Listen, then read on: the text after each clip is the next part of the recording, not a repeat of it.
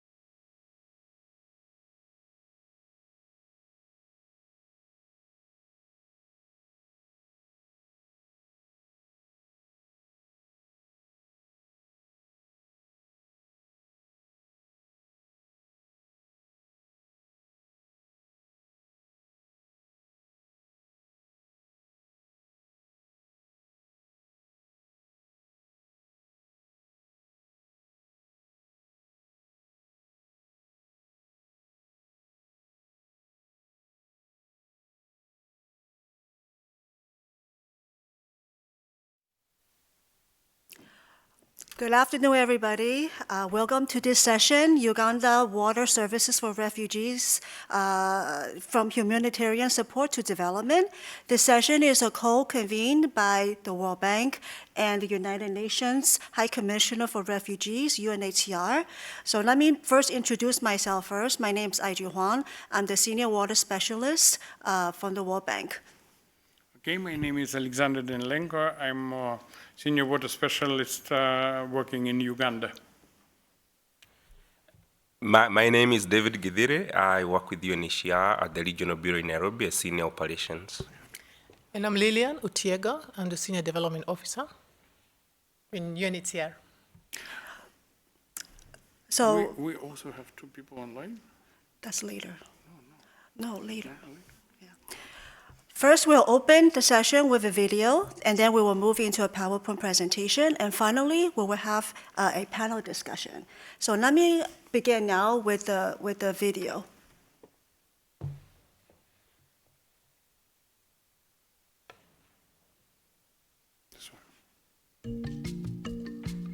Uganda hosts the largest number of refugees in Africa. Despite these pressures, Uganda has maintained one of its most progressive set of refugee policies in the world. This strong policy has allowed Uganda to explore new forms of water delivery to refugees that would sustain provision of services without compromising its long-standing open-door policy. When the refugees came in, the initial response was of emergency nature, which involved tracking of water. This is not sustainable. With the World Bank and UNHCR, we came up with the Refugee Response Plan that tackles water and sanitation. Since 2018, there's been a shift in line with government's policy of integration and sustainability measures that have been put in place, from the humanitarian support provided by UNHCR to a development support provided by the bank. And what UNHCR has requested from us and we have done is to help with the transition from UNHCR managed services to services managed by national providers. UNHCR provided water through water tracking and others to about 1.5 million persons, including the host community, in 2018. As we speak today, the refugee population alone is about 1.5 million and still counting, but water is being provided to all these persons, including the host community. So there has been a very significant gain thanks to the permanent infrastructure that has been put in place.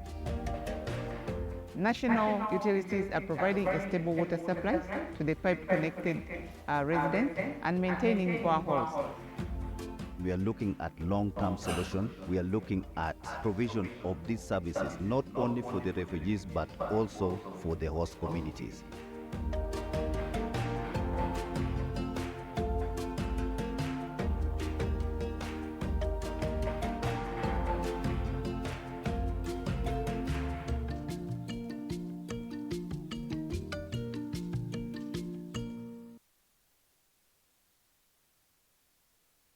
So now we move into the presentation. So in terms of the Uganda refugee context, Uganda experiences one of the largest evolving refugee situations in the world. It's currently hosting about 1.5 million refugees, and that is approximately 4% of the Uganda's total population. And over 60% of the refugees are hosted in the Upper West Nile region. And this region is consisted of the most remote and economically distressed district in Uganda. In terms of hosting communities, there are over 6 million Ugandans living side by side with the refugees. And these two groups have been living together peacefully for decades. But over the last 5 years, increasingly, we are seeing tensions among these two groups due to the perceived unequal access to services and resources. And then here you can see on the slide that on average, the water supply in the refugee area is higher than the host communities, and which is not surprising due to the large volume of humanitarian and development interventions in the settlements.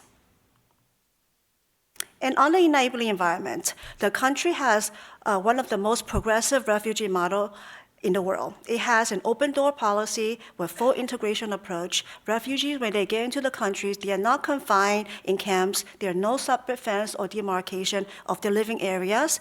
They're actually been given a plot of land to live on, and also for farming. So when you look at it, refugees are really entitled to equal access to the government services, same as Uganda citizens. And when you go to these places, you wouldn't even tell who are the refugees and who are actually Uganda citizens. And in terms of the policy legal framework, refugee management and protection is embedded in the National Development Planning Framework and local district plans. And Uganda is also the very first country to pilot test the Comprehensive Refugee Response Framework. And on the sector, water and sanitation remain a critical issue in Uganda. 51% of the population still lack access to water. 81% still lack access to improved sanitation. And the large inflow of refugees poses exceptional stress to the government to deliver effective services to the refugees' population. And there are also environmental impacts, where settlement activities affect environmental degradation at the basin level, contributing to soil erosion, deforestation, and water contamination. So you can see in this slide that the traditional service model that has been operating was not sustainable with the substantial amounts of institutional and financial challenges.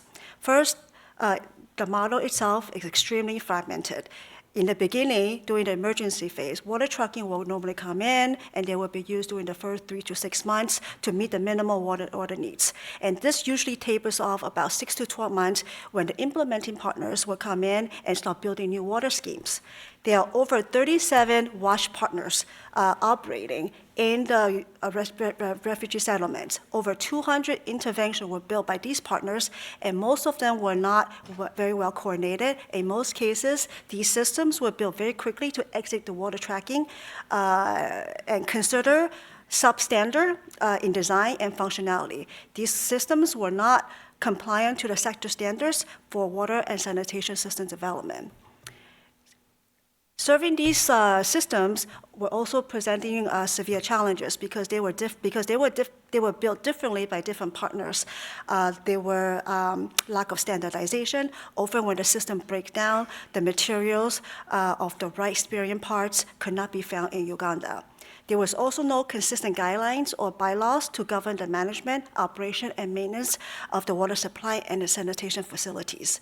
Coordination was also an issue among partners. There was inadequate governance structure, oversight, coordination among the partners within the ministries and among the ministries and with the local actors on the ground. And secondly, financial sustainability was also become an issue because many of the budget allocation for the partners have been on the decline, and it was becoming financially unsustainable to continue to provide the level of services in the settlements. So to attempt to address these gaps, the government rolled out a new holistic, inclusive approach to water and supply sanitation services, which really move away from the emergency response to more of a longer-term development approach. And this new approach entailed changing the sector plans and policy and regulatory framework to improve the provision of services. Harmonize the infrastructure development among the partners, focusing the development of various plans, packages, the various initiatives to equalize access and services for both hosting community and refugees, and align various government structures and accountability mechanisms to enable this holistic approach. Two critical decisions were made during that time.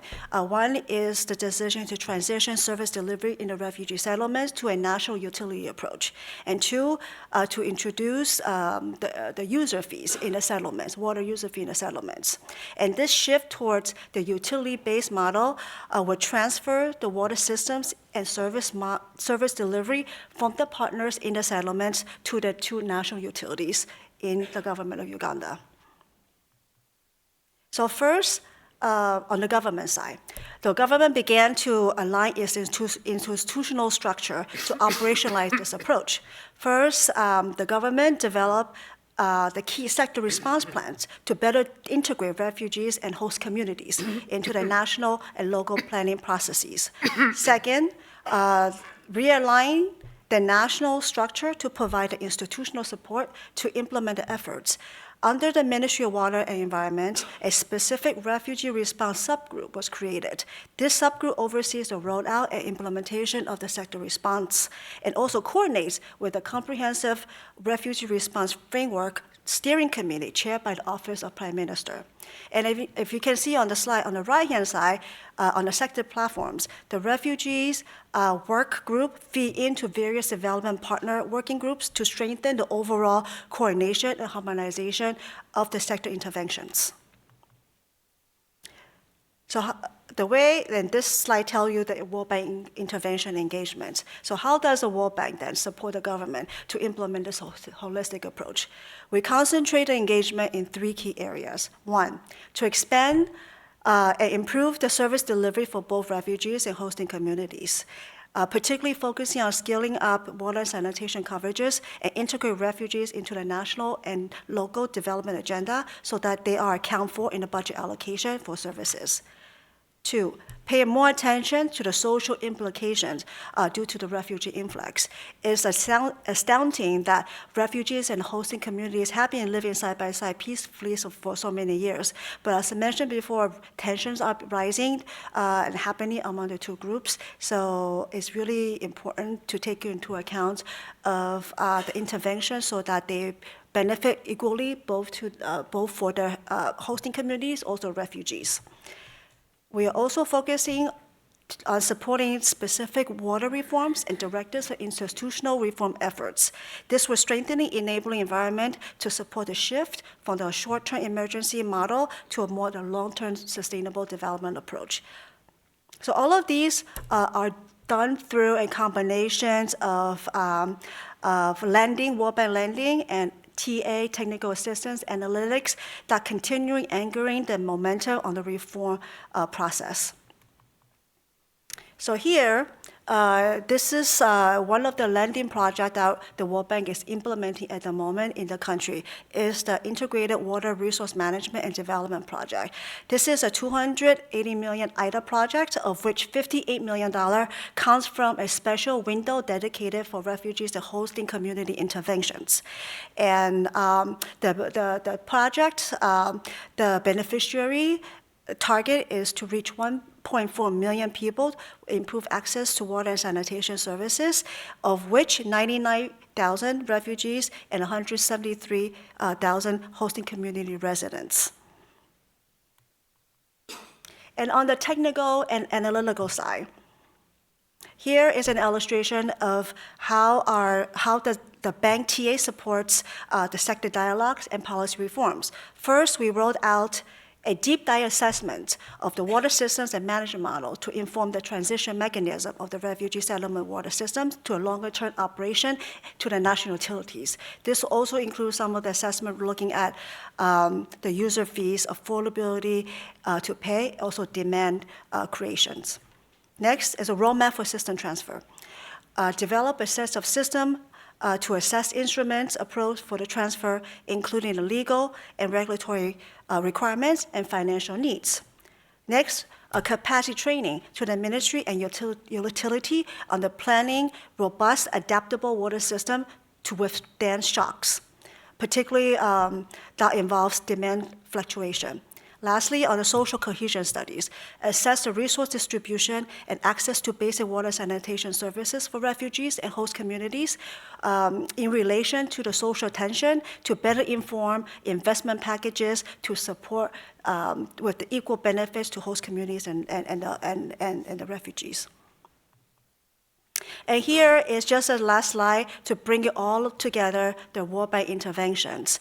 You can see from the sector reform side, we anchor that with the technical assistance analytics, which went ahead and influenced many of the sector policy changes and dialogues that the government was able to lead and undertake. On the left-hand side, you can see this is the actual construction of infrastructure hardware, the constructions of and rehabilitation of the systems. We're building the water supply system, the gravity fit and solar system, sanitation facility, and we're doing some of the water resource and catch management protections. So now I will hand it over to David for the next segment of the presentation.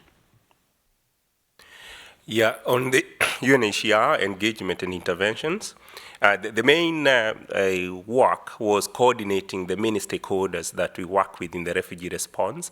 And here we are looking at both the humanitarian actors, the government, and together with the development actors.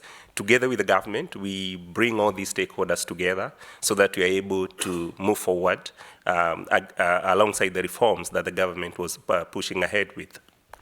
In the transitioning of water supply and management to the national utilities, the UNHCR and partners still continue to do the bulk of the management of water schemes, and to ensure that there's a harmonized approach, we're starting from utility transition in some of the settlements and moving now to the rest of the other settlements, given that we are looking at around 13 refugee hosting districts, and it's only 2 of them that we've had proper transition.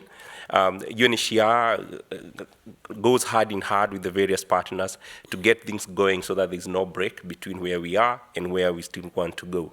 Then the other element was sensitizing the refugees and the hosting community on shifting towards contribution in payment of the water services, because initially during emergency we normally don't charge, or there are no charges that come in with water provided to the refugees or the asylum seekers that come into the country. So coming up equally with the poor tariffs that are negotiated with the utility providers so that the refugees and the host communities are able to contribute. And this has helped us a lot in terms of coming up from very expensive water tracking to poor tariffs, as indicated in the bullet number 2 there. So more follow-up of water schemes. Transition is happening. We are having quite a number of other actors coming in. In Uganda, we have 2 main utility companies or utility agencies. We have the National Water and Sewer Corporation and also the umbrella utilities. So on one side, we have National Water taking up some of the settlement, and on the other side, we have the umbrella utilities taking up the bulk of the small water schemes in the northern part of the country. The achievements. With this engagement, what we've seen from a purely humanitarian approach to provision of services, we've seen the development actors rallying together and contributing resources amounting at present to committed to close $57 million, mainly focusing on infrastructure development and the capacity strengthening of these utilities, and helping to manage the transition. We do have 26% of the refugees at the moment being served by the national providers as of June 2023. We've managed to do transfers in 2 of the fairly larger settlements and other smaller ones to the utilities. In the north, we do have quite a number of projects under the World Bank funding, under implementation, and various other initiatives coming up from the partners that we are working with. The lessons learned. One of the major lessons that we've learned in the process is the role of government support in facilitating these reforms and the transition of the way we do provision of services to the refugee community. And with this, we have been able to have a framework, a very solid framework, led by the government of Uganda line ministries and its agencies, in facilitating a long-term sustainable way of providing services to the refugees. The bank technical assistant facilities that came with it, they helped us a lot going dig deeper and understand how we were implementing our work, and also seeing how best now to transition. Look at the benefits of what was there before and what is possible, and still look at the ways of becoming more cost effective in the way we provide services to the refugees. Then the capacity of the national utilities, it's particularly the ones implementing in the remote parts of the country, we realize they require to be strengthened, and that's a process that has already been initiated. And mainly here we are looking at from a resource point of view, and equally from a technical point of view. We've also equally looked at the standards, the quality, and the functionality of the water schemes that we manage. We've seen improvement, given that we are working now with utilities that have quite strong capacity, and this is what they have been doing, and this is what they do, and what they will continue to do. So we've really benefited from that, and we are hopeful that we are going to continue improving on these three elements. On the financial considerations in the transition to utility management, one of the issues that we encountered, or we normally encounter when you're handling an emergency, is that it's normally not very planned, because you receive populations as they come. So as they come, you set up water schemes, and with resources from the various humanitarian actors that come in. So there's that disparity in terms of first of all, the quality, and also the technology. And this really brings issues in terms of operational efficiency. And one thing that we are looking into to really support these utilities who are taking over is to optimize these systems. So they'll need to be redesigned, expanded, and at the same time being brought to a level whereby they could make economic sense to run. And this is one of the major constraints that we are dealing with at the moment. But it's a major lesson that in future we try as much as possible to standardize from the word go any investment that's going to the humanitarian response. The economic benefits of this are huge, because you support these refugees, you give them let's say you give them their dignity, they're able now to receive the water they need in areas where we have transitioned. They're able to consume based on the economic or the income levels of the households, and they can do also many other things with it. We've seen efficiencies being introduced effectively in the settlement where we have already transitioned, and it's quite a welcome thing. Another element is the issue of user fees. You remember, as I stated earlier, when during emergency you support the refugees or the new arrivals, you don't introduce these fees.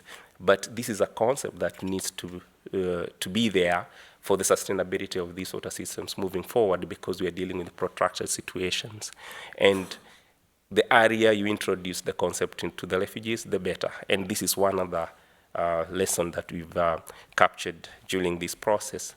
We do have the social implications, which are related to the system transfers, and which needs to be very carefully considered, because you have to find a way of balancing the community that is hosting the refugees and the refugees themselves, and having closer dialogues and looking at ways of making sure that everybody is along the same line. The issues. We still have a lot of water schemes that require to be optimized, and so resources are still inadequate at the moment, and we need to bring all these other stakeholders into one front so that we can be able to move faster and realize the benefits that we've indicated there for most of the areas where we are hosting the refugees. At the same time, we do have some challenges with some of the non-motorized point sources, and we are still working with the utilities to see how best to deal with that. Thank you very much for listening. Thank you, David. Now we'll be handing over for the panel discussions.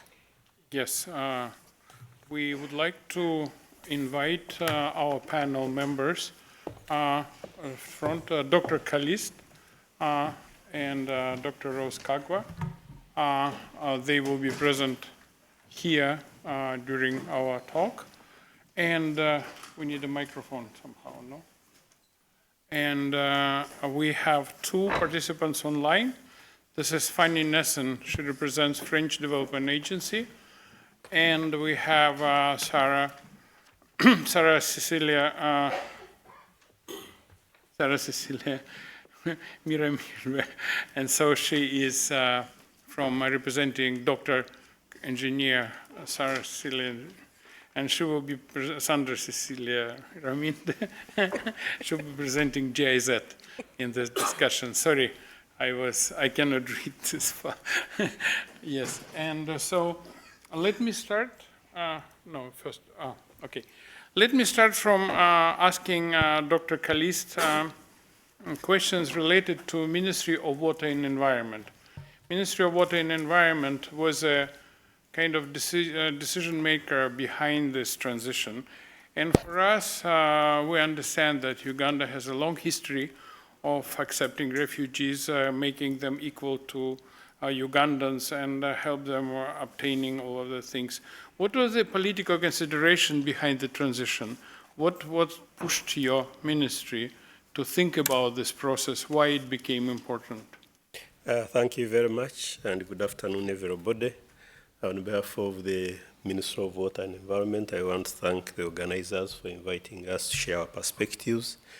Yes, traditionally, service provision in refugee settlements was always done by UNHCR in collaboration with the Office of the Prime Minister.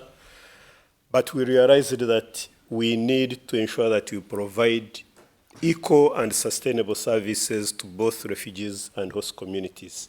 So the motivation was to make sure that these services are equal and sustainable, that we need to ensure that we follow standards, because previously whatever was being done in an emergency manner. So we wanted to make sure that the services are equal and sustainable, and also that we can actually reach the host communities and the refugees all together, but also ensure that we integrate whatever is being done into our national plans, because again we recognize that refugee settlements are within Uganda, and as a government institution responsible for provision of water and sanitation services, we needed to reach out to them.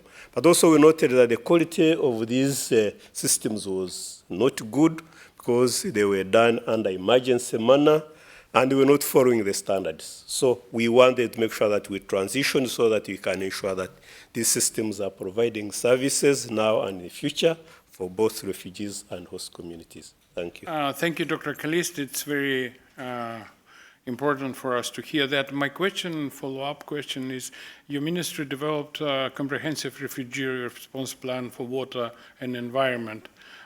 Can you tell us some details of this refugee response plan in relation to the process we discussed today? And let me say the follow-up question of this, what worked and what didn't work with refugee response plan? Yes, thank you very much. Again, we realize that if we have to respond to the needs of refugees and host communities, we have to have a plan to ensure that we provide these services in a sustainable manner. The plan basically looked at water supply, sanitation, hygiene, and also they needed to manage the resource on which these systems are based. We also recognize that we need to ensure that this plan is implemented within the framework, the coordination framework we have in the country, where we have at the national level a coordination framework for water, sanitation, and the hygiene, but also cascade the regional level and also the local level. So the plan was comprehensive, developed with partners, because we also wanted to make sure that refugees and host communities are part and parcel of this planning process.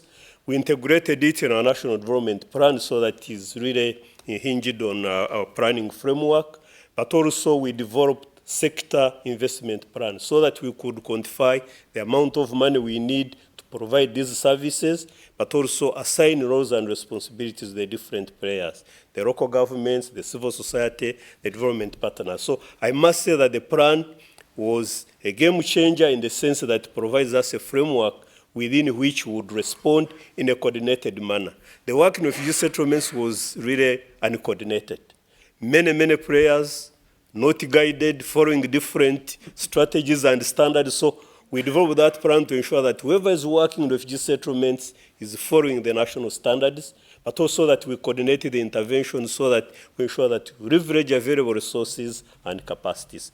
And through that, we are able, again, to get the partners' support. And I think, as has been presented, we have been able to get partners' support the implementation of the plan in a coordinated and harmonized manner, but has also strengthened our collaboration with other agencies, Office of the Prime Minister, UNHCR, and many, many other partners, including also the local governments. Okay, what didn't work? Yes, and of course, like any other new thing, of course, change is not easily accepted. One of the things, of course, we noted is that the system that we put in place were put in place by different partners, and they were in different states. So transitioning from the emergency situation, the humanitarian situation, into a more development-oriented situation actually is not easy. So many of the systems needed to be overhauled. But of course, so the change from moving to a free service to a change to an operator, a national operator, where you have to pay for the service has been an issue, but of course also the capacity of the national operator to be able to provide the services. So I must say that initially it wasn't easy, but through the support of the bank, World Bank, and also UNHCR, we have been able to change the mindset, but also to mobilize the partners, because again, each partner wanted to operate its own system, and again, then hand over to UNHCR. So again, transition has worked with some challenges, but of course we have realized that we need a lot of money to actually rehabilitate these systems and make them viable so that the operator can operate them in a more sustainable manner. Thank you, Dr. Kalist. Thank you very much. Let me now ask Dr. Rose Kagwa. She's Vice President of the National Water and Sewage Corporation. And let me ask you, National Water is, of course, a leader of services, water supply and sanitation. It's very strong and very courageous company. And my question is, like, what pushed you? How you decided to start this process? What was your primary incentive for transition from life as is to the transition from UNHCR? Thank you very much, Alexander. Good afternoon to all of you and those who are online. National Water and Sewage Corporation, as you have mentioned, and Kalist, I think Dr. Kalist didn't mention, we are government parastatal, wholly owned by government, and we operate in 273 cities and towns across the country. And our mandate is actually to provide the water and sewage services in a financial and commercially viable basis. So why did we get into the discussion of the refugees? Dr. Kalist has already given the government's strategy overall, and of course we are government, but we also fell into this purposely because we are all, and this week, talking about SDG 6, trying to ensure that there's access for all. And within the areas that we operate in, many of them were within, the refugees would fall within that vicinity. So obviously, our mandate is also to provide access to everybody. That includes the refugee camps as well. At the moment, we are serving about 18 million people, and we looked at that population as a potential expansion of our services in terms of coverage, but also in terms of population served.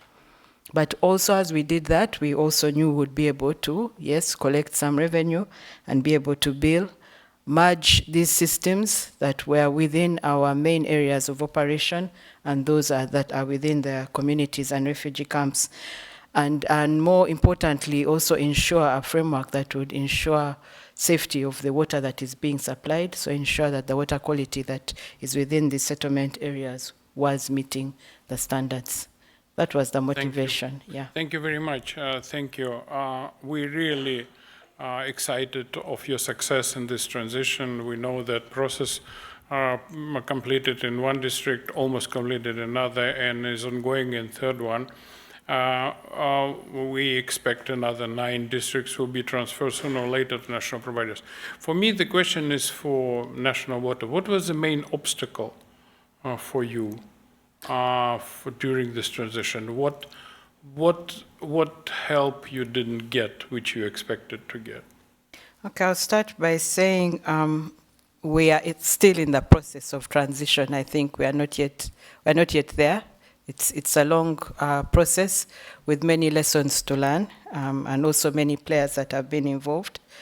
One of the issues with the settlements is, of course, the need for investment, and the development partners and the government are also working towards that to ensure that you have ready investments that can deal with the demand. And I think Dr. Kalist would agree with me that in Uganda, it's like the inflow of refugees is nowhere near stopping. It's like they keep on coming in, and the numbers are big, so the demand for water is there. The investments, as have already been explained, were done for smaller units, smaller systems, and as we begin to think about supply of a bigger system, you need to see how to pull these different technologies together and come up with proper investments. So in the transition process, we found that we had to have capital investment at the onset to be able to improve, for example, storage capacity, so that you can supply water in a better, in a quicker place. The other thing that we could have done better, and I think we still need to do better, because one of the obstacles is the cost of production. That relates a lot to the types of technology that have been put in. Many of these settlements are in areas that are off the grid. And so you begin to look at alternative energy sources for that. Do you go in for solar? Do you still run generators, which are quite expensive? And then in some of the settlements, you find that the solar energy will only work within a specific bandwidth, and then you're not able to supply the water. I think the other one is still to do with the issues of tariff. What tariffs should you apportion within such a settlement? More can be done. Over years, some of the refugees begin to apply for household connections, and those are given, but you still have the public stand post tariff, and one needs to look at that. But we also found that in these areas, you'd have schools, you'd have hospitals, and in our case, we would apply the institutional tariff, and yet here we had subsidized it almost to the pro-poor tariff. So as a result, when you'd look at that area, you would not be breaking even, and it would not make economic sense for us to go in. So those are some of the things that we are still grappling with. Thank you very much. We very sympathize to this work, and we understand this is issues which can be resolved and will be resolved in a reasonable manner. My last question to you today is what is your vision? What is the future of this transition? What is your plans, and how do you want to keep it sustainable? We have made it clear, of course, to the ministry and to the partners that we are committed to ensuring water for all. That's a commitment that we have. But we have to do it in a way that is fully sustainable, in a way that allows services to be delivered properly, so that there's no discrimination in terms of ability, as we yearn for 24/7 supply. That should, when you're in a settlement, it doesn't mean that you should receive only 2 hours. So we try to ensure that the standards at the end are the same, that the water quality that they are receiving is the same. We just need to go over the hurdles of how do we provide these services in a way that is cost effective, but also makes economic sense and can be sustained over time. Thank you very much. Thank you. Let me pass the word to Lilian Otiego, and she will ask our distinguished guests from donors from FDA and GIZ. Thank you. Thank you very much, Sasha and Alexander, and thank you, Dr. Kalist and Ruth. So I think our next session really is going to be talking to the development partners. We do acknowledge that there's a heavy lifting that had to be done. There were partners, there's the government leadership with a lot of partners, but there's also some heavy lifting financially that had to be done. And so the key question I'm going to ask is we had the French Development Agency being one of the key partners who invested on, who were part of this process, and we also have GIZ. And so the first question is to you, Fanny. You're online. Just confirm that you can hear us. I can see you smile, so I know that you can hear us. So the first question is, how did the partners come together to support this process, and what are really the critical factors for success? Now, the second question I want to follow up quickly is the experience of transition appears to be a bit costly if you look at the whole process. My question is to you, how are you helping or how are you planning to help to overcome some of the financial challenges that I think the government has mentioned? Yes, thank you very much. Thank you very much for the invitation, of course, and to be part of this panel. I hope you hear me very well. I guess so. Okay, so the AFD project is composed of a 69 million euro loan and 8 million grant from the EU, but also 2.75 million euro from the AFD. This for the development of the access to the water in the Singiro district for both, and that's very important because that's at the heart of the project, the host population and the refugees in Oroshinga and in Naki Valley settlements. So how it comes and how the partners started to work together. So it was within the Rio policy at the beginning. So these refugees and host population empowerment. The government of Uganda aimed at supporting this cohabitation between local population and refugees. And thus to ensure this nexus, of course, as we already discussed for the past 30 minutes, this shift from a logic of humanitarian action to a development one, it implements through this AFD project the progressive transition of water delivery under the responsibility of the UNHCR to the public operator, of course, our partner, National Water. So the purpose of the project is really to improve the living conditions of the inhabitants of the rural district of Isingiro, which is southwestern Uganda, neighboring Tanzania. Because there is 20% of the population, there are refugees, and the water access rate is nearly 30%, which is like twice lower than the rest of the country. So nearly 350,000 people, which are like 230,000 Ugandans, or at least host population, and 120,000 refugees will benefit directly from the project financed by AFD, which is highlighting also the main objective of a joint service for these two populations in a real logic of inclusiveness.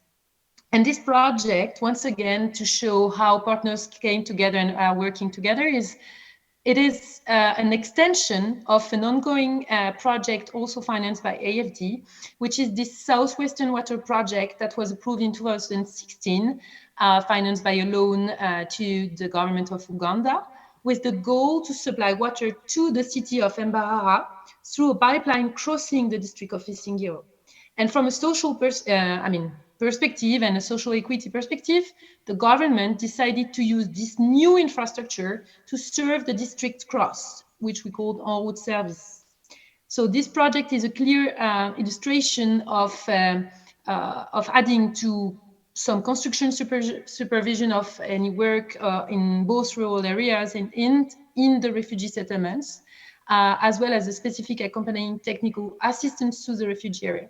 So really was an idea from the government, and AFD came and joined, and now we are fully working with, of course, the OPM, the UNHCR, and all partners involved in rural areas and in the refugee settlements of the Isingiro district. Thank you so much. Thanks a lot, Fanny. And you've mentioned something to do with some technical assistance, and I do want to just hold on. I'll ask you another question, but right after I speak to Sandra. So Sandra, this question is to you because as of course, Fanny has alluded, and the presentation was also very clear on the technical, some of the prep work that went into this process. So the question is to you, how instrumental or some of this underlying prep work that was done, the analytics, the TES that was supported by both UNHCR and the bank to this reform process. And I'll follow on with the second question. So the first question is, how important was this? Is it useful to you? Did you find it useful? But the second part is, you're already now working with the umbrella authorities in the different region and in the early stages of development. Now, what help do you think they need to be successful operators? So I hope you've gotten the two questions. Sandra? Yes, I get the two questions. Thank you very much, Lillian. I'll start with the first question on how instrumental the support has been. Indeed, it has been very instrumental in terms of, first of all, recognizing the gaps that are needed and building the general consensus between the different players on the transition to utility.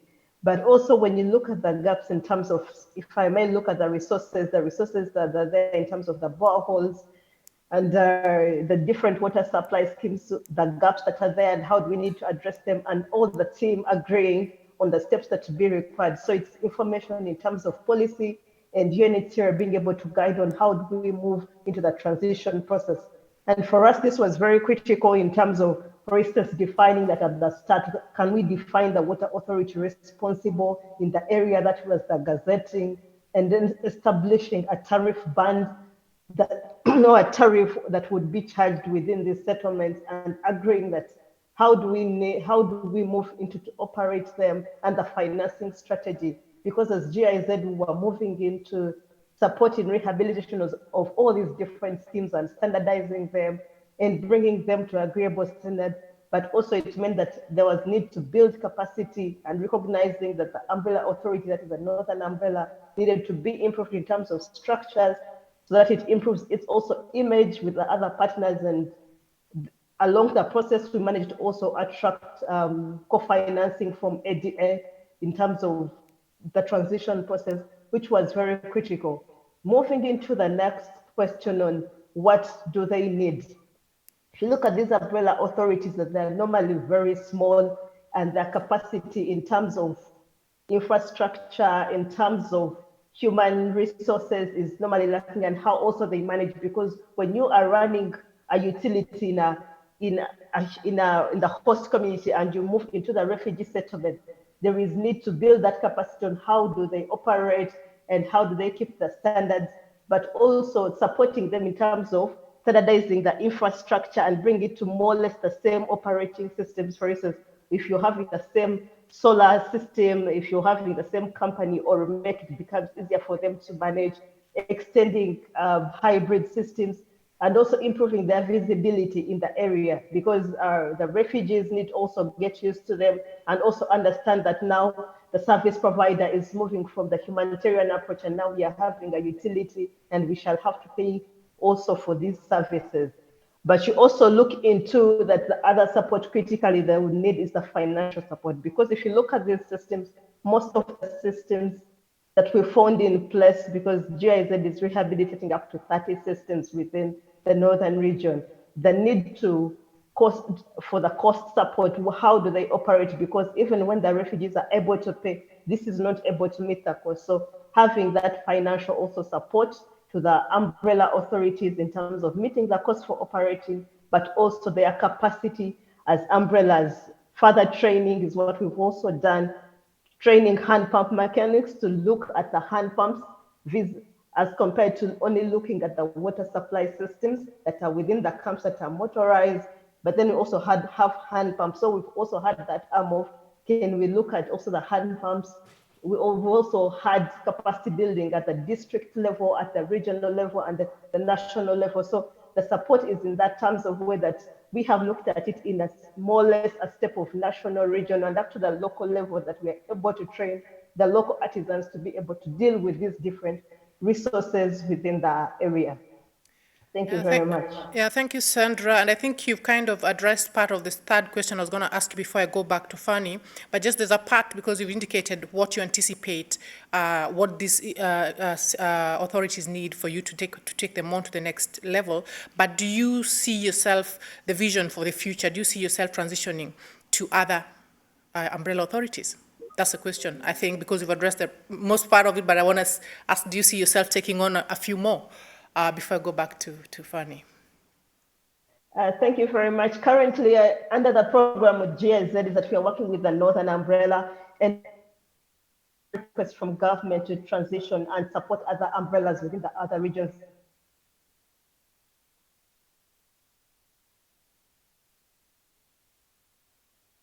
Sorry, we can't hear you, Sandra.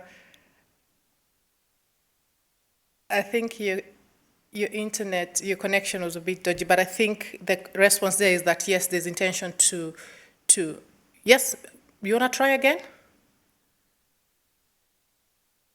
No, we still can't hear you. I think probably you've muted, but that's okay. But I think we've gotten the gist of it that yes, there's intention to take on more with the government. There's a request to do that, and that's great. So, Fanny, the last question to you, and listening to what Sandra is saying, what is your plan? I'm going back to your second last question. What's your plan to guarantee the sustainability of this process, post-transition, this model? So what is the plan to guarantee the sustainability? What's the AFD's plan? Thank you so much. And I'll also get back a bit to the second part of the question, which I alluded a bit. So just also about how to, the fact that the experience of transition is a bit costly. I will just elaborate a bit more. Because to support this transition, all CapEx investment are subsidized within the AFD project. I think it's interesting also to see how we finance. So in the case of the rural component of the project, the government will hand over, as we already discussed, the complete facilities to National Water free of charge, which will be then owned and operate them without having the service of the debt. For the refugee component, the EU is financing through a grant to the AFD for the investment part, which will be directly managed by National Water after the transition from UNHCR. As this funding is in the form of a grant, there will be, again, no debt servicing to pay. For the OPEX, it's rather different. I mean, in the fact that in the case of the rural component, there was a survey. So that's why you asked the question about technical assistance and how to prep the project. That's what I wanted to get back. There was a survey of 200 Ugandan households that was done in the district to assess their willingness to pay for an improved service. And for a continuous one of quality water indicated both the high ability to pay and the high willingness. I mean, this survey indicated both the high ability to pay and a high willingness. And usually above the current pro-poor tariff, thus covering the cost of the future standpipes. For the refugee settlements, the technical assistance financed through the AFD grants is not only to support UNHCR transfer to National Water for the responsibility of water service to refugees, but also to support a raised refugees' awareness of the need to pay for the service. Along these activities, the technical assistance will support the development of income-generating activities for refugees to complement the direct financial aid from the UN, and this increased their solvency. So these two activities clearly aim at supporting the operators by having not only customers, but also, I would say, payers for their investments. And additionally, a specific TA is already under implementation to the Southwestern umbrella, also financed by AFD, with a diagnosis of the umbrella operation and needs assessments. The water master plan is under preparation. Some emergency works are also will be under implementation, as well as some capacity building program and training materials that will be provided. I would also just raise the fact that after those studies that have been made prior to the project, the choice that was the most, I would say, economically preferable was also to go to standpipes with prepared meters. So that's also the solution that is emphasized by AFD.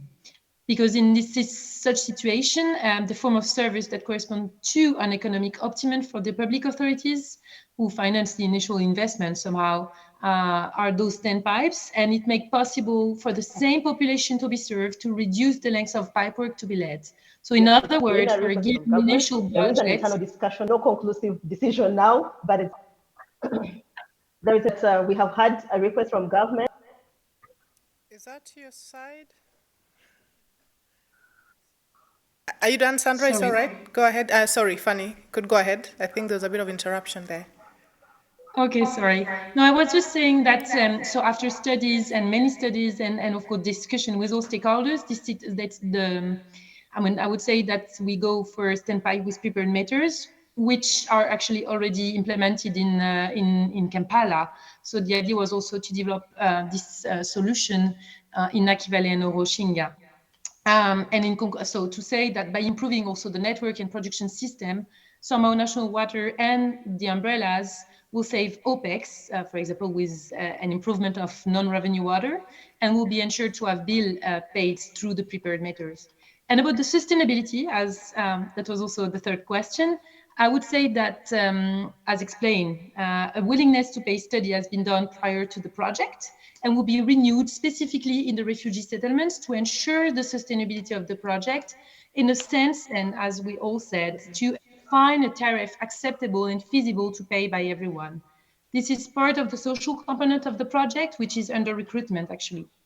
As also described, both choices of prepared metering and livelihood activities implementation will facilitate, we hope, the ability to pay.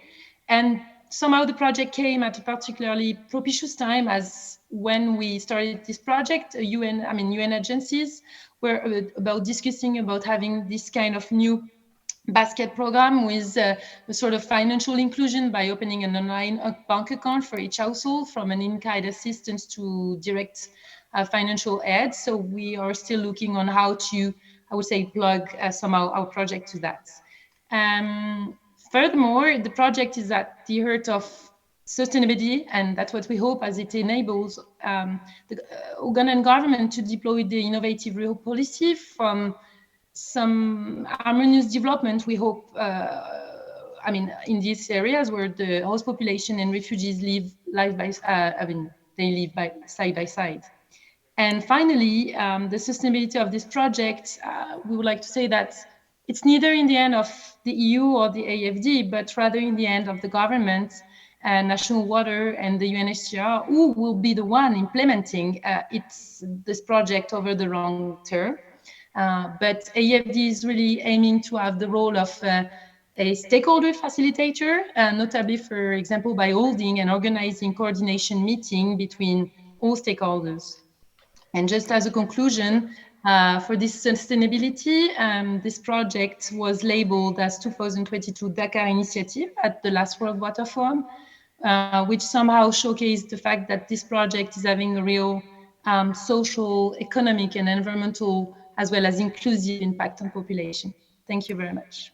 Thank you very much, Fanny, Sandra, Dr. Kalist, and the panelists. So I'm giving it over to Sasha for the next session. Okay, thank you, dear colleague. Thank you, dear panelists. Our session will continue with questions from audience, and if you would like to ask questions, please go ahead. Yes, please.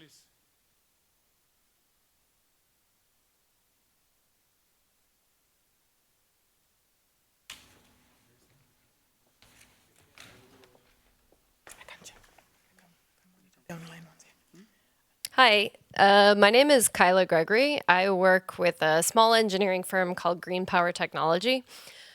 I want to say thank you. First of all, this is an incredibly refreshing and wonderful session of progress to hear about the continuation between humanitarian and development.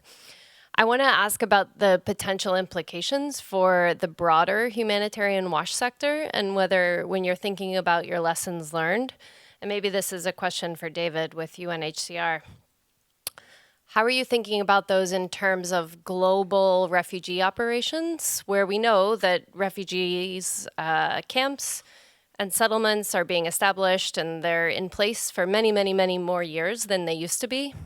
So how do we rethink doing sort of the global WASH cluster and system so that we account for all those lessons learned, and so that there's a little bit more of a foundation there for long-term progress and economic development and system strengthening in those contexts? Okay, let me... Okay, in terms of Uganda, there is also several initiatives that support this transition, and there is a so-called U-Gift project, which directly speaks about amalgamation, it's a term from the loan, of services, social services between refugees and hosting communities and Ugandans in terms of health, education, and water supply and sanitation. So the government received a loan, virtually grant, because of very low interest rate, to convert these schools and hospitals that provide services for all. And so capitation grant is being provided with accounting of refugees for last 2 years, and non-conditional grant is provided to maintain schools, build new schools, hospitals, provide funds for rehabilitation and expansion of water systems and connecting more to them. But for wider questions, for the global, maybe my colleague David will continue. Okay, thank you very much.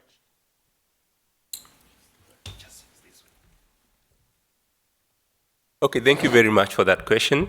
I think I'll try to approach it from the basis of the Global Compact for Refugees and looking at the long-term nature of protraction of refugees situations globally. So over time, we're realizing that refugees are staying for many, many more years in the settlements or in the camps where they are hosted. And the most appropriate way of dealing with this situation is in getting them included into the local economy, getting them included into the provision of basic services by the governments that host them. And that is the spirit of the Global Compact for Refugees, whereby we are bringing the humanitarian actors and the development actors together so that we can transition and come together and ensure that the people we serve are taken care of in the long run, and they're also integrated into the local economy. So you did ask what the role of the humanitarian actors is going to be. I can tell you from our experience now in Uganda is that their roles is still very prominent because we still continue to have the new arrivals, and they still have components that they can work with the utilities that are now implementing or undertaking the service provision. Look at it from this angle. There are bills to be paid by the households. We need to be able to support these households so that their income levels improve. And this is the role of the humanitarian actors together with the development actors, looking at how best do we build resilience for these communities so that they are able to meet the bills that are needed by the utilities to break even and ensure that they receive the services they are. The other aspect in terms of coordination, one of the aspects that we are looking into and which we've already started is like, there's a paper, there's a knowledge note that is the basis of this forum today. And it's been published both by the bank and the UNHCR. It's publicly available. And this is one of the initiatives of trying to socialize this new way of working and to get as many stakeholders as possible to see what we've done, what has already been done through the leadership of the government of Uganda and the development actors, and try to tailor-make these lessons into the context, the many, many contexts that we are having refugee situations globally. Thanks. Okay, thank you. Any more questions from the audience? Please raise your hand. The online participants can also type in their questions. Yeah. We have a question? No, not yet. And online audience, kindly raise your questions. Yes, please go ahead. Yeah, Malte Nordmann, World Vision, Germany. Thank you very much. Very interesting. Do you have already, or is there some toolbox in planning, really with hands-on recommendations, tools, where it's possible to learn from your experiences? Thank you very much for this question. Yes, it was one of the first studies which we started jointly with UNHCR. For us, it was very important to understand what do we have on the ground versus what was, and Dr. Kalis then continue after I say.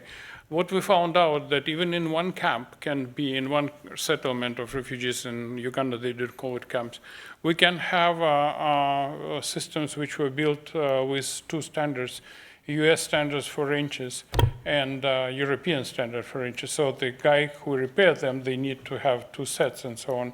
Technologies can be very different, voltage can be very different. Everything was done on emergency basis, as we said, and it was an enormous effort needs to be done. With the help of our colleagues, with the help of our technical assistants, with several consultants, we developed several toolkits for assessment of needs to be done, for engineering assessment of these things, and then we of course prepared the toolkits for social engagement, for social cohesion, other things. We share this with the government. We are trying to implement them as much as possible. In terms of transition, different standards, Dr. Kalist, you may say a few words. Thank you very much. Again, we do note that things are changing. For example, technologies and the way of doing things. If you look in refugee settlements, most of the systems were hand-pumped. Now we are changing from hand-pumped, whereas solar pumped systems. Again, we need to build capacity, but also ensure that whatever is done now moving forward is well harmonized. And that's why right now we are coordinating the prayers. Every prayer will come with its own standards depending on where they are coming from. And that has been a very, very big problem. But under the Water and Environment Refugee Response Plan, we are now ensuring that whatever is done in the settlements is actually following the standards, and we can be able to learn from each other and be able to move forward in a coordinated manner.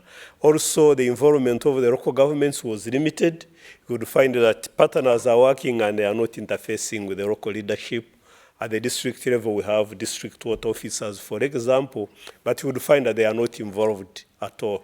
But right now, they are involved, so we are getting the partners support government and other players to ensure that the capacity is built, the standards are built, and also we work together to come up with those standards and document the experiences so that we can learn from each other.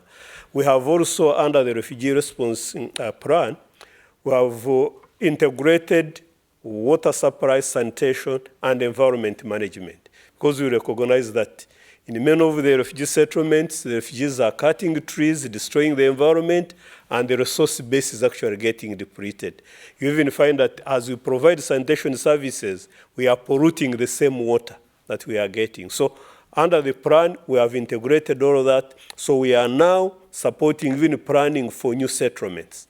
So before the refugees come on board and before they are hosted anywhere, we are planning so that we identify those locations which will be suitable in terms of water availability, but also in terms of the ecosystem. We also have integrated the livelihood component. We would want the refugees to engage in income-generating activities so that they get the money and be able to pay. We have also, of course, been concerned about the population of the refugees. Many of them have really been provided free services, and the population in refugee settlements has actually grown up. So we want also them to be busy doing some activities instead of spending time doing some non-productive activities. And through the revenue component, we believe that they will be able to get the money to be able to pay for the service. So that the integrated nature of the service provision, but also ensuring that the humanitarian agencies, the development agencies, and partners all work together for a common good is making a difference. But we are not yet there. Thank you. Thank you, Dr. Kalist. Let me add one more thing, and I will ask Sandra from JZ to add to my comment. We estimated how much does it cost to transfer system from current standard to Uganda standard. So usually the systems in Uganda based on networks that serve roughly from 200 to 600 people, 200 houses, and we have boreholes. Boreholes is a separate issue which we can discuss later, but for transition of transforming of the system from current system to Ugandan standard, it costs roughly from $100,000 to $150,000. So it's a substantial amount in Ugandan terms. It's something like roughly $200 per person, which is equivalent in other environment to build, to connect people to the network. But we already developed these toolkits, Excel spreadsheets, all the things. Sandra, kindly follow up. You did something similar in northern Uganda as well. Sandra, can you hear me?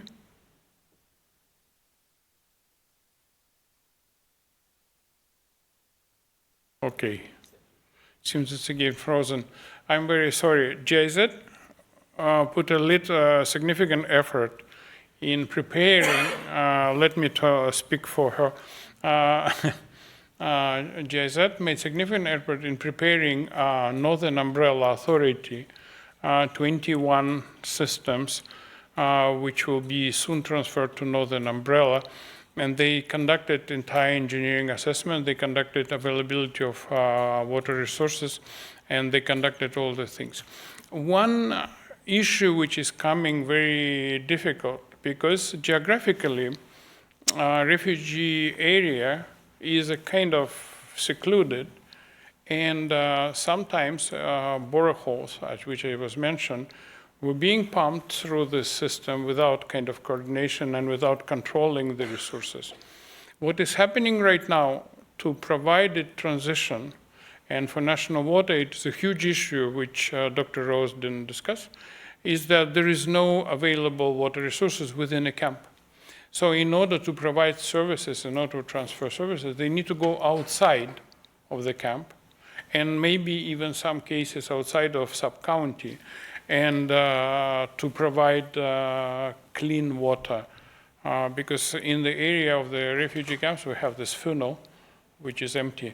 And this is kind of thing which we are considering now, which is being discussed, and Ministry of Water and Environment provides help with that engineering part of the business.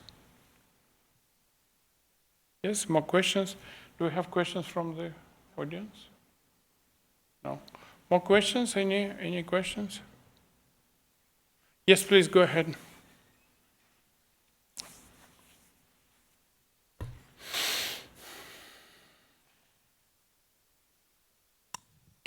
You can take books here, it's like if you want. Thank you. Hi, my name is Kanika Takar. I work with the Swedish Red Cross. First of all, I'd like to say that the Ugandan model is so beautiful. I mean, to not be fencing people in, to have refugees as part of the regular population. My goodness, I would hope more countries can go towards that model. What a dream. I mean, as we know in the humanitarian setting, and as you were also mentioning at the end there, Dr. Kalista, we hand things out for free, and people come to expect that. We also work often in settings which are not as wonderful as the one described as Uganda, where people don't necessarily have the opportunities to be making the income that they need to be doing or have livelihood activities. But I'm very curious to hear how in the transition towards working with water tariffs, to have people actually have to be able to pay for the service, how have you engaged with the community to ensure that that they agree with the proposed payment scheme, and that they are willing to pay? I think that willingness to pay is really important. Thank you. Okay, Aiju will try to answer your question. Let me just answer a bit, and then I'll hand it over to David, because he's actually the one who's implementing this on the ground.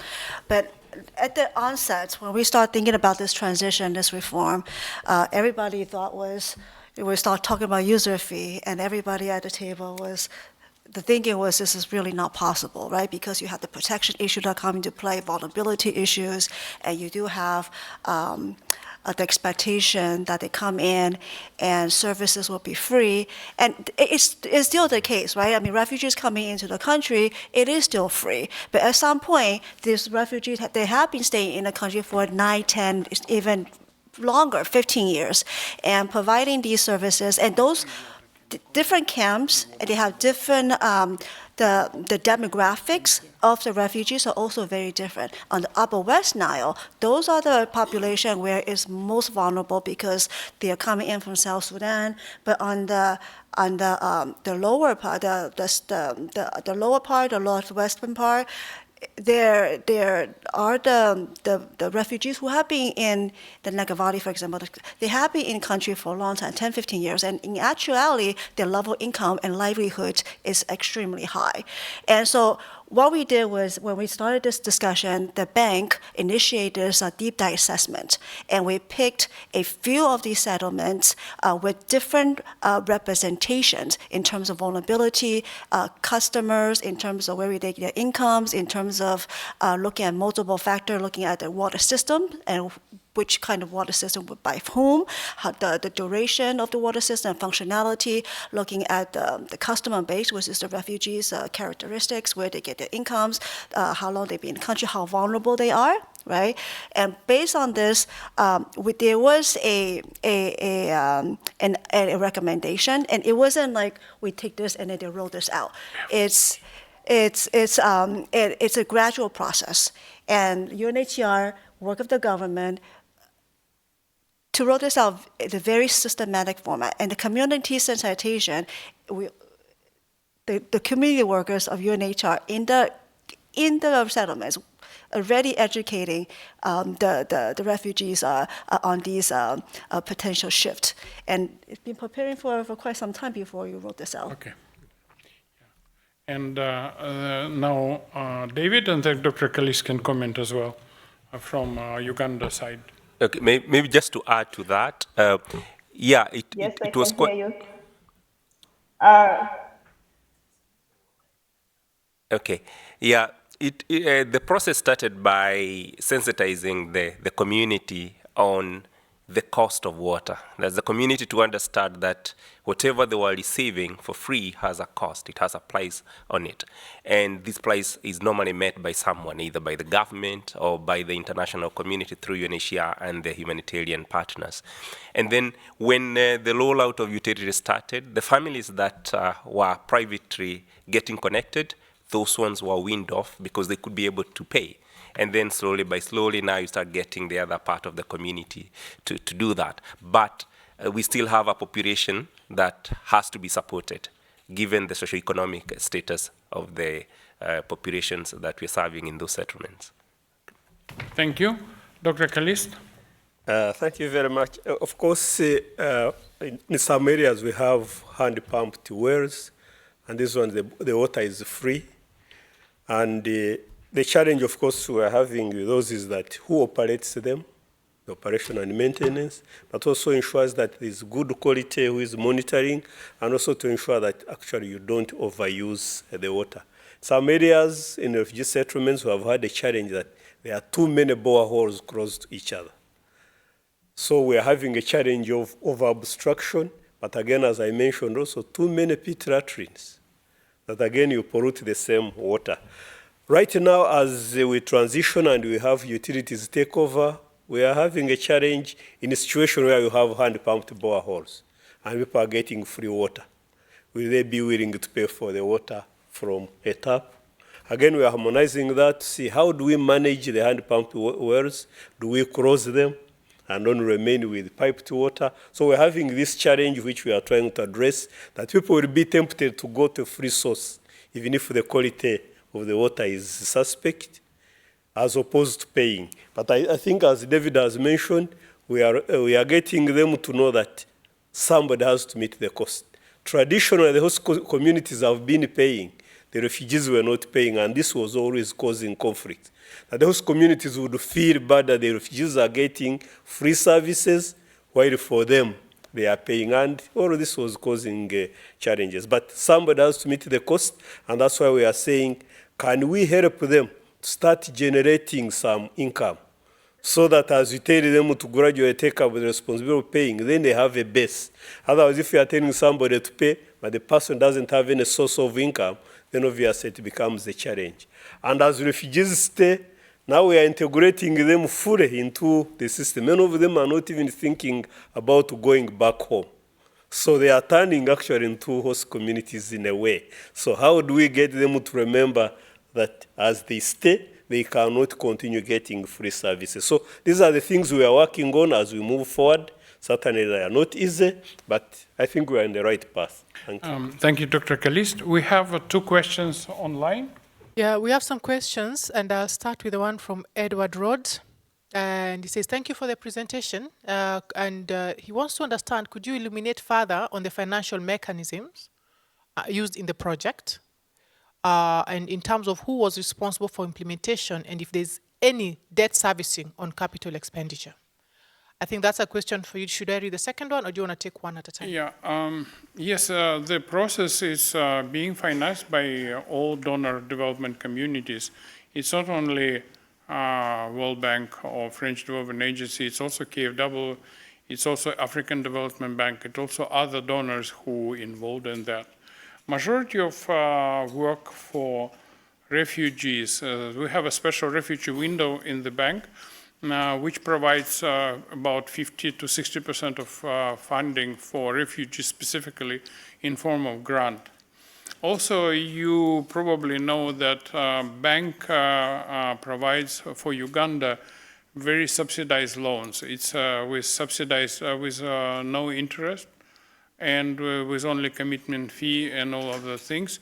And repayment period is up to 50 years and grace period about 20 years. So technically, this is not money which they're still on the balance sheet of the government and still under control of the both Ministry of Finance and reporting to IMF.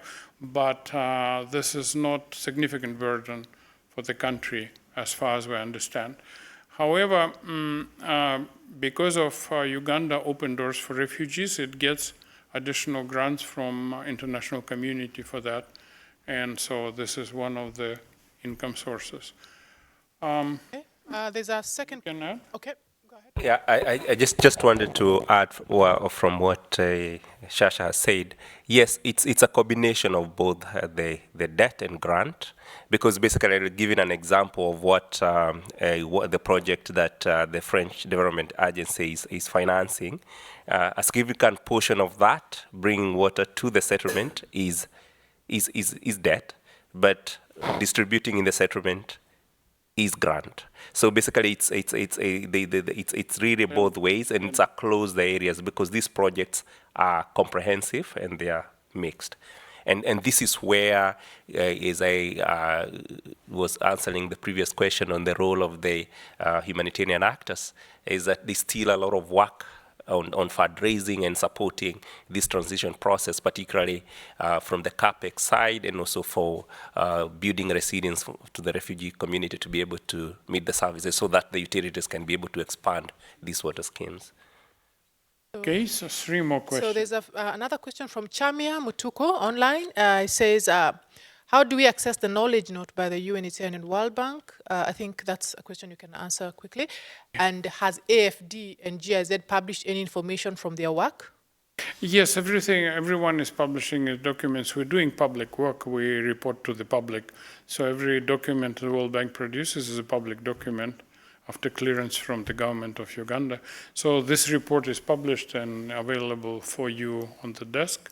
And we have additional documents, and you simply, we have preparatory documents for this report, preliminary reports.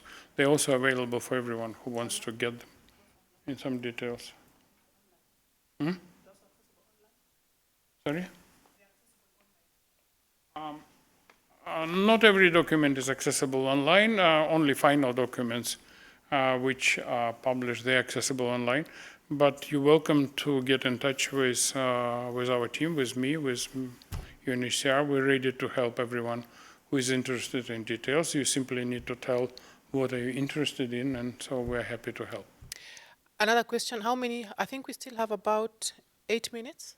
We have 8 minutes, yes. So there are 3 more questions from someone online. James Oringa from Kenya is asking, my question is, during the transition process where the government utility takes over operations of the system, how do the humanitarian NGOs who have been sort of partnering with UNHCR deliver the wash services?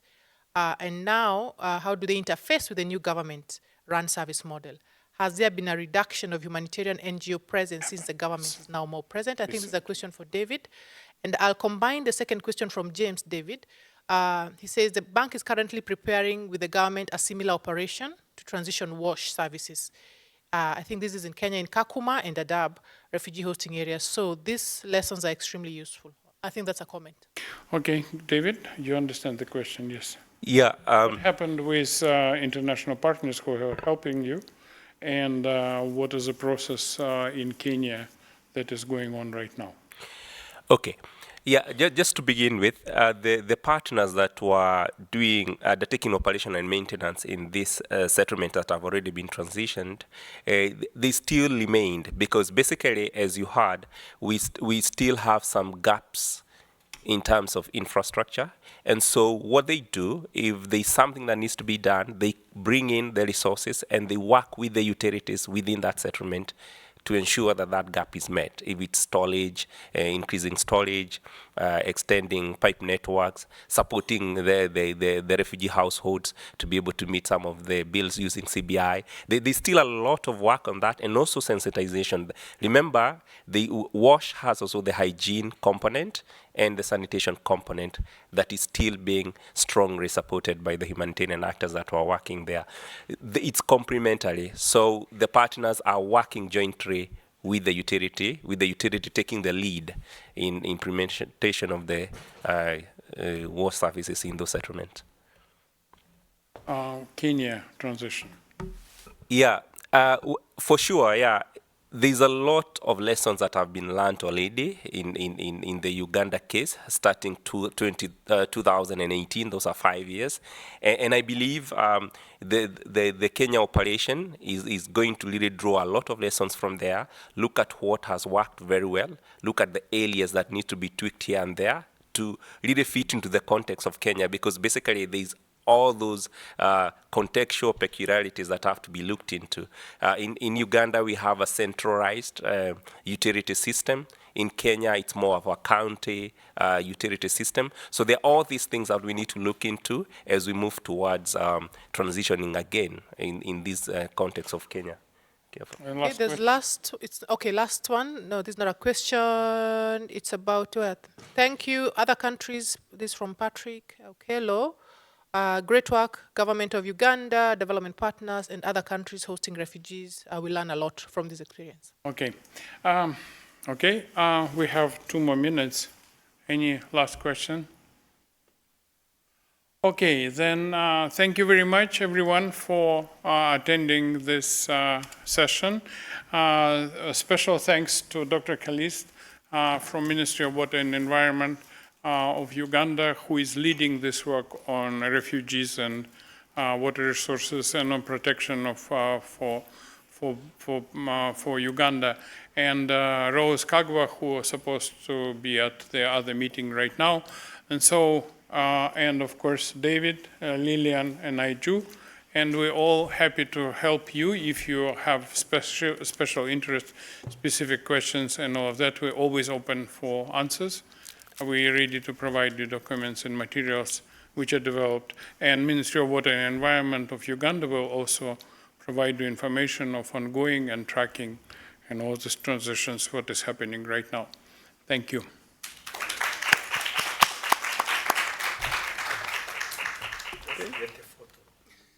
Okay.